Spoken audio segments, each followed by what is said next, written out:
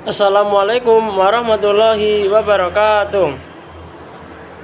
Perkenalkan, saya Muhammad Haidar Al-Qarni, Prodi PAI dengan NIM 2023 2068 620806. Welcome back to my channel, my friends. Pada kesempatan kali ini saya akan menjelaskan tentang pendidikan pembelajaran multikultural. Langsung saja kita memasuki pembahasan yang pertama tentang pengertian pembelajaran multikultural. Apa itu pengertian pembelajaran multikultural?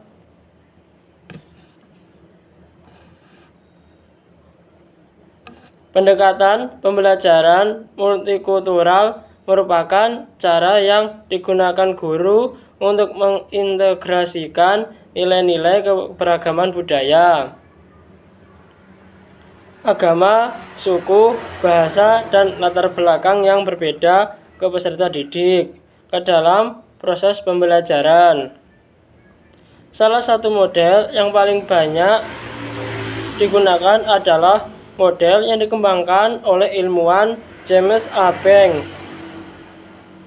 James A. Banks mengemukakan 4 pendekatan dalam pembelajaran multikultural, yaitu yang pertama, pendekatan kontribusi, contribution approach. Terus yang kedua, pendekatan additive approach. Terus pendekatan yang ketiga ialah pendekatan transformative approach. Dan sedangkan pendekatan yang terakhir ialah pendekatan aksi sosial atau social action approach. Memasuki pembahasan yang kedua ialah tentang mengenai pendekatan kontribusi. Apa itu pendekatan kontribusi? Pendekatan kontribusi ialah merupakan tahap paling dasar dalam pendidikan multikultural.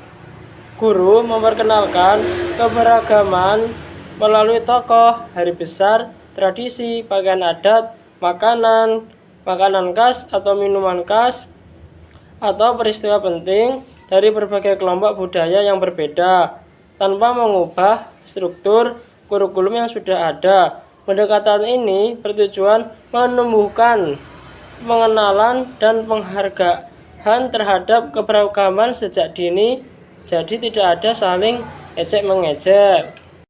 Terus, pembahasan yang ketiga ialah pendekatan aditif. Apa itu pendekatan aditif? Dalam pembelajaran multikultural, pendekatan aditif ialah dilakukan dengan menambahkan materi, tema, atau perspektif multikultural ke dalam kurikulum tanpa mengubah struktur utama kurikulum. Guru memasukkan isu-isu keberagaman sebagai materi tambahan sehingga wawasan peserta didik menjadi lebih luas dan mendalam. Pada bab selanjutnya, pembahasan yang keempat ialah pendekatan transformatif. Apa itu pendekatan transformatif? Pendekatan transformatif dalam pendidikan multikultural ialah merupakan cara peserta didik memandang suatu permasalahan dengan menghadirkan berbagai perspektif budaya, agama, dan sosial. Peserta didik diajak berpikir kritis sehingga mampu memahami suatu peristiwa dari sudut pandang yang berbeda tanpa mencela sudut pandang yang lain. Memasuki pembahasan yang berikutnya atau pembahasan yang kelima ialah pendekatan aksi sosial. Apa itu pendekatan aksi sosial? Pendekatan aksi sosial merupakan tingkat tertinggi dalam pendidikan multikultural. Setelah memahami berbagai perspektif, peserta didik didorong melakukan tindakan yang nyata untuk menyelesaikan persoalan sosial yang berkaitan dengan keberagaman. Jadi harus bisa berpikir kritis. Sedangkan strategi pembelajaran yang tepat untuk pendekatan 4 di atas ialah diantaranya 1. Pembelajaran kooperatif, yaitu pembelajaran yang membentuk kelompok belajar yang anggotanya berasal dari latar belakang yang berbeda. Terus yang kedua, diskusi dan studi kasus untuk melatih kemampuan berpikir kritis terhadap isu keberagaman.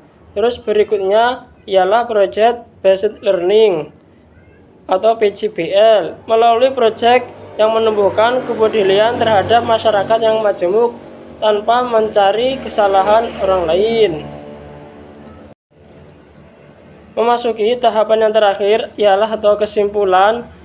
Kesimpulan dari pendekatan sedang strategi pembelajaran multikultural ialah keempat pendekatan yang dikemukakan oleh ilmuwan James A. Banks menunjukkan tingkatan penerapan pendidikan multikultural. Pendekatan kontribusi berfokus pada pengenalan keberagaman. Pendekatan aditif menambahkan materi multikultural ke dalam kurikulum pendidikan.